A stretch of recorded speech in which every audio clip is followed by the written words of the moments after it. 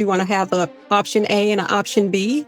Definitely don't want to spend their money, allow them to spend their money with options. That's their bread and butter. That's the baby that they've built into what it is now.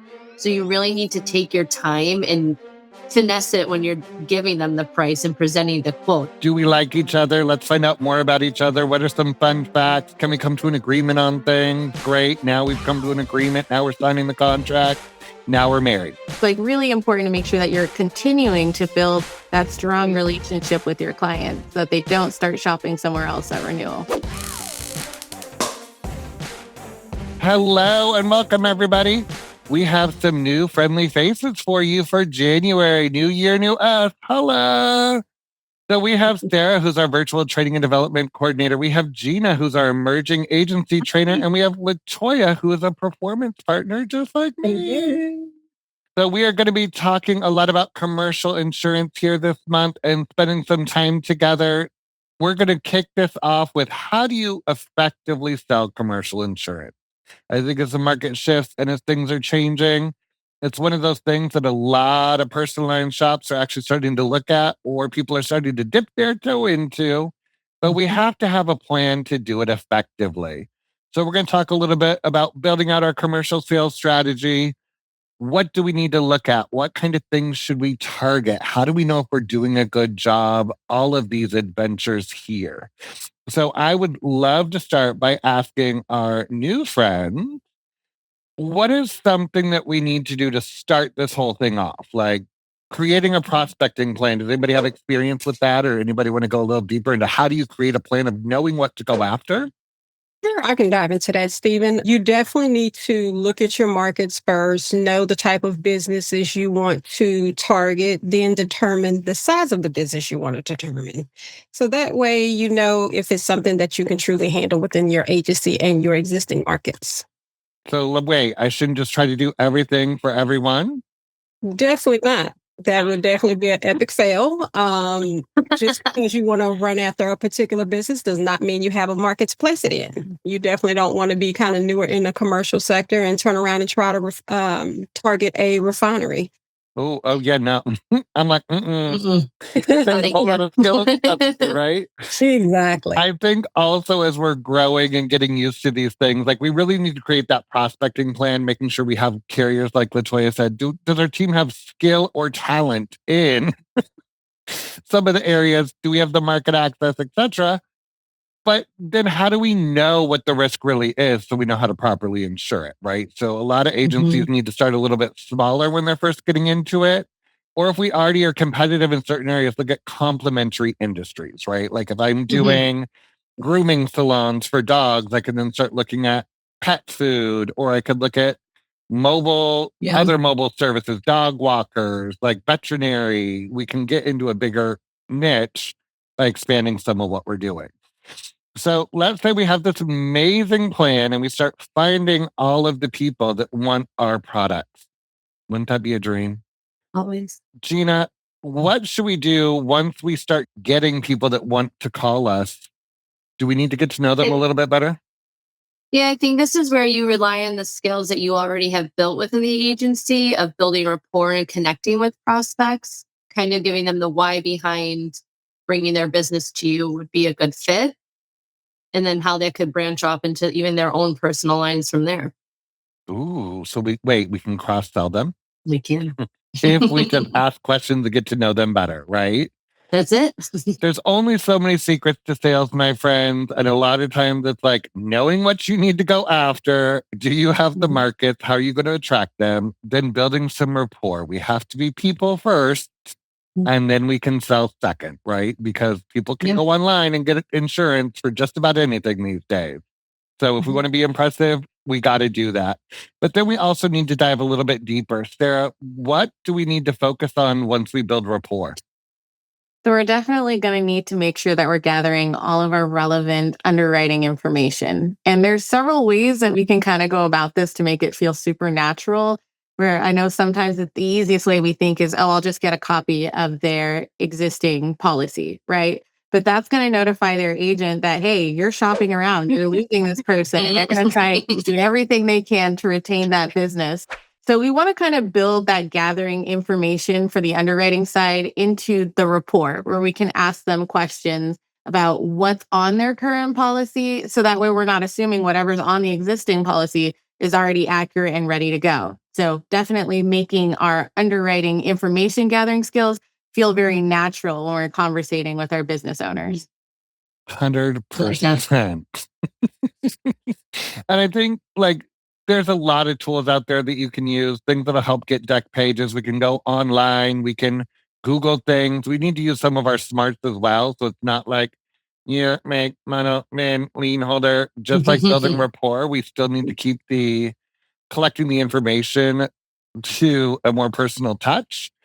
But then I think that the biggest thing in commercial is a little bit different than personal. A lot of times we have to put it together with a nice bow on it and say, "Dear underwriter, you are the prettiest person I know in the whole wide world. And I love you so much. And I want to get married. But first, can you please approve this risk and give me a rate?" Right? So for some of the people coming from the personal line side, it might not be natural to be like, "Oh, I need to make this look real good with lots of information and tell them why they should write it." Right. But that's one of those things that we got to get better with. And it's basically statements about why is it a great risk? What are some of the safety programs that they have in place? What does the leadership structure look like? Or what is their skill set and experience? Has there been any past claims or improvements to prevent claims? Like, what are some of the things that's going to make an underwriter want to send it to the top of the pile and really pay attention to help you get your risk approved? So it's really like a resume, right? We're writing a resume for the client to try to get the carrier to take it. So once we get all of that submitted and the carrier comes back, sometimes we get 2 or 3 quotes from different carriers. What do we need to do once we get those quotes back? So you definitely at that point want to go through those quotes with a fine tooth comb. You want to know where there's differences in coverages, look at the prices, and do lots of comparison. You definitely want to make sure it's a true fit before presenting it to the client. You want to have an option A and an option B. Definitely don't want to spend their money, allow them to spend their money with options. And then turn around and let them make that last decision as to what it is that they want to do, how they want to move forward. But make sure you're definitely educating them afterwards about the quotes that you have to offer. And I think that's a good point of having to go through it kind of with a fine tooth comb, right? I saw a contract not too long ago for a roofer that excluded roofing. How does their policy exclude the primary risk, right? The carrier wrote it, but the contract literally excluded it. And I'm like, danger. Did nobody read this contract, right? So if we're not comfortable with the risk, first of all, like we talked about, it can lead to problems. If we're not kind of reading the policies or contracts, it's another problem. Some carriers will offer different products and services because a lot of commercial is a little bit more custom than some of the personal lines. So we need to proceed with a bit of caution, but then learn to be confident. What's the most important part of the sales process? Gina or Sarah, do you have feedback on that? I think presenting the quote effectively to whoever you're delivering it to, and you always have to ask for the sale, because if you're not, then what are we doing here? Um, and keep in mind that sometimes these small business, it's usually like their own business they're owning. That's their bread and butter. That's the baby that they've built into what it is now. So you really need to take your time and finesse it when you're giving them the price and presenting the quote. This is really important to them. This is their livelihood, and you need to take that just as important when going over it. Yeah. And I think I love the comments. You have to ask for the sale. Yes. Not, why don't you think about it and let me know? I'm like, what am I thinking about? Is it not the right choice? Did you make a bad decision? Now you want me to make a bad decision? Like my mind starts racing whenever somebody's like, just think about it and let me know. This is super quick. Did you ever hear of like the car dealership example with sales, when you have like your dream car in mind and you go and you test drive it and the dealer's talking it up the whole time? It's got heated seats, leather interior, sound system. And then you get back to the dealership and they're like, all right, have a good day. And you're like, wait, you're not going to ask me to buy this car? You're not going to even mention any payment plans or anything? I just have to go? Like, what are we doing here? I thought you were selling me something. Or like when you go to a restaurant and they're like, there's some specials today. And then they walk away. Like, they pick to a side and they walk away. And I'm like, that was a special one. Yeah. But like a good waitress or a good waiter is going to be like, hey, by the way, do you want this seasonal drink? Do you like whiskey or vodka? What about this? Do you want macaroni and cheese balls? Do you want the pulled pork slider? And I'm like, oh, shut up, I want it all. Like, give me all the drinks and all the snacks and all the things. I have to make any decisions. You just said you want A or B, and I was like, A, B, B, A, and my meal's complete. So I think that's huge. We tend to also, though, once we present, end up with most people's least favorite Objection. part, the objections. Sarah, what are some things we should be thinking about when somebody's like, I don't know. So it's really important to anticipate objections. And the really wonderful thing about objections is that it's not just a flat out no. It's I have concerns. And as in the sales perspective, we definitely want to be looking at things as insurance educators, right? So objections are definitely opening the door for me to have a further conversation to make sure that the policy or the options that I've presented you with are meeting your needs. So there's definitely a way to go about this. One of the ways that I recommend is definitely making sure that you have a go-to framework on how to handle those objections, right? Definitely listening is really important. And it can be awkward, but we've gone over a lot of information. They could be reading through the quote that we've sent over to them. So you definitely want to give them the opportunity to internalize all this information we've sent over. And then definitely acknowledging and letting them know, hey, I know exactly how you feel and I completely understand your concerns. And making sure that we let them know you're not the only person who's thought this, right? This is something that a lot of my clients have felt about, but then we want to pivot back to value, right?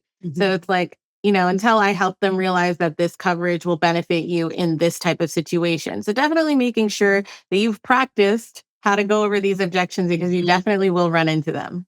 I also love the idea of let's role play it, right? Like with our teams, let's talk about it. Let's get uncomfortable, getting comfortable.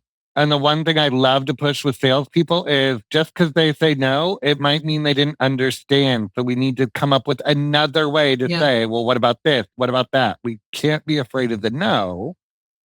We need to be afraid of the silence. Like they just completely ghost us and we're like, oopsie McDoodles, what are we doing now? I can't even find them to try to find out what was wrong. So if everything goes well and the client then agrees, it's a happy marriage. We're headed to the altar. We're all going to get married. Then it gets to go over to the service side, which is where the work really begins, right? I always love to think of the sales process kind of like dating. Do we like each other? Let's find out more about each other. What are some fun facts? Can we come to an agreement on things? Great. Now we've come to an agreement. Now we're signing the contract. Now we're married. But in a lot of agencies, we get the contract signed, we get the deal done, and it's like, okay. And silence ensues for 3 to 5 years until something's needed, right? So we have to have those conversations and we have to be ready to onboard the client and then retain them and tell them why they're doing business with us, remind them of what's needed. So, what are some of the things that we need to worry about once the policy issues or as we're going to the first phase of onboarding with an agency?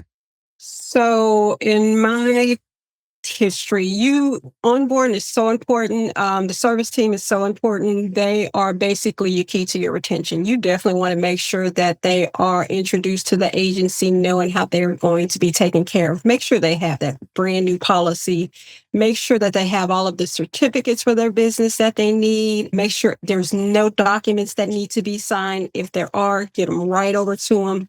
Make sure that you're following up. You have everything so you can tie that lovely policy in a bow. And then turn around, make sure the payments on the policies are all taken care of. There's no gaps in any type of service. If it is, follow up. Make sure you're noting your renewal system. That way you can get with the agent. All of the documents are received in advance. You can go ahead and do your submissions for renewal. Just make sure that you're staying on top of everything. Agency management system usage is huge at this point because therefore you can set things to the future so that you're not getting behind on anything and basically somebody else come in and swipe up your business. Gina or Sarah, any other thoughts before we get closed out on this topic? So something I'd love to add about making sure that we're onboarding our customers after we've closed our deals is imagine that you've gone to a restaurant and you've ordered pasta, right? And they bring out the pasta and then you look down and you realize, I don't have any silverware. Like you've ordered fries. I don't have any ketchup. So instead of having your customer have to do the extra work to reach out to you and be like, hey, we forgot this, it's really important to make sure that we're checking in on them and be like, hey, did that first payment go through? Do you have any questions? Anything else I can help out with? So it's like really important to make sure that you're continuing to build that strong relationship with your clients so that they don't start shopping somewhere else at renewal. Yes. Gina, any thoughts from you? Yeah, just to go off of what Sarah said, especially at the end with the renewal and with Latoya's point on the management system, put a note for yourself before the renewal is out. That way the old agent doesn't contact them. They don't start shopping on their own. You're again being proactive and taking any extra steps away from them so the policy remains with you. Yeah. I think if we're going to work hard to sell it, we need to work hard to retain it, right? Yes. Well, thank you guys. And to all of our listeners, remember, selling commercial insurance is about strategy, relationship, and repetition. We're not going to get good at it immediately, but we can get good at it over time, especially if we define our niche. We prospect intentionally, we present confidently, and onboard flawlessly. We don't just sell insurance, we build relationships, and those relationships can grow into other referrals. So we should probably start small, pick an area to improve on, work on our pitches and our follow-ups, and practice it until it's second nature. Because when you have a plan, you have confidence. And with confidence, that's how you sell commercial insurance effectively. I also want to remind all of our friends out there in the interweb land that we have our new commercial sales course coming out. So you too can jump on board, get your team trained up or out. We also have the virtual, so you can do it all on your own. You can purchase the course. You can purchase one of us to help train that with your team as well as one of our programs. Or we can talk about custom and specialized programs for your agency, everything from a 2-person agency to a 2,000-person agency. We might be able to handle it. So make sure you reach out to us at agencyperformancepartners.com. And from Sarah, Latoya, Gina, and myself, we hope to see you again soon.